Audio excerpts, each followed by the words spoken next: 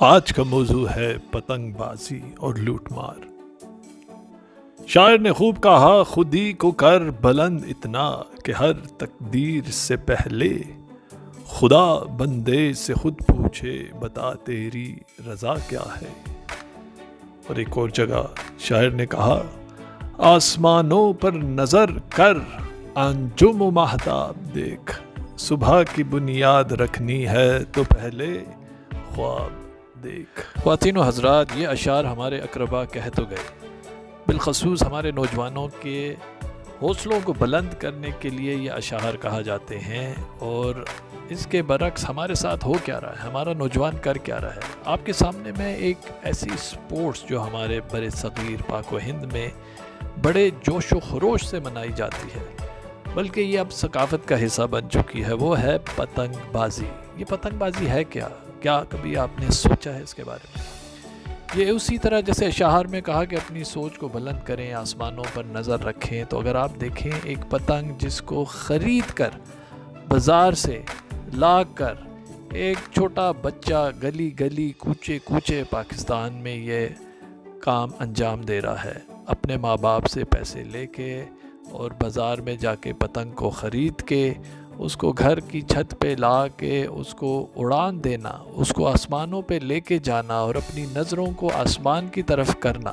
اور سب سے بلندی پہ اس کو لے کے جانا۔ لیکن جیسے ہی آپ کے مد مقابل دوسرا بچہ، نوجوان یا کوئی بھی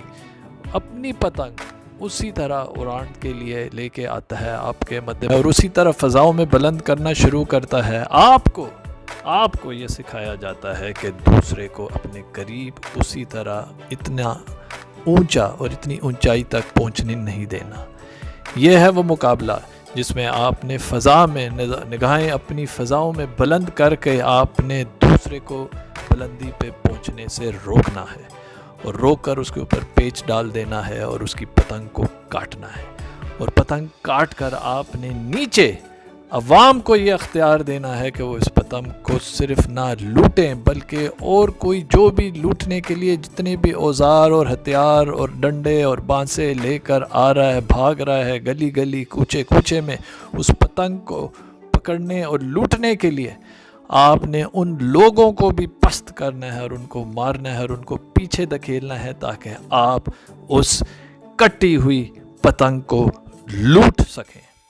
یہ لوٹ مار کا کھیل ہے۔ آپ نے کبھی سوچا ہے؟ ہم یہی پریکٹس کرتے آ رہے ہیں، اسی پریکٹس کے ساتھ ہم بچپن سے کھیل کر ہم پروان چڑھ رہے ہیں، ہم نوجوان ہو رہے ہیں، اور نوجوان بن کر ایک ذمہ دار شخصیت اور ایک شخص بن کر جب ہم اس معاشرے کا حصہ بنتے ہیں تو لوٹ مار ہمارے لیے تعجب نہیں بنتا۔ تب ہم ہر فرد کو، پولیس سے لے کے حکومت سے لے کے ہر کوئی سمجھتا ہے کہ یہ لوٹ مار ایک کھیل ہے۔ اس کھیل میں آپ نے دوسرے کو نیچے گرانا ہے، اور آپ نے اس میں کوئی تعجب کا دکھاوا یا ایکسپریشن یا اس کے اوپر اپنے ضمیر سے کوئی سوال نہیں کرنا، بلکہ یہ ایک مثبت کھیل ہے جس میں دوسرے کو نیچے پست کر کے اور پھر عوام کو اختیار دے کے کہ وہ اس کو لوٹ لیں۔ جہاں تک حد دس ممکن ہو، لوٹ مار ایک اچھا کھیل ہے، اور یہی سپورٹس مین اسپرٹ آپ ہمارے بچوں کو سکھا رہے ہیں۔ خواتین و حضرات، اس کے بارے میں سوچئے گا، اس کے بارے میں فکر کیجئے گا۔ کائٹ فلائنگ، پتنگ بازی ایک اچھی کھیل ہے جب تک آپ اس میں دوسرے کو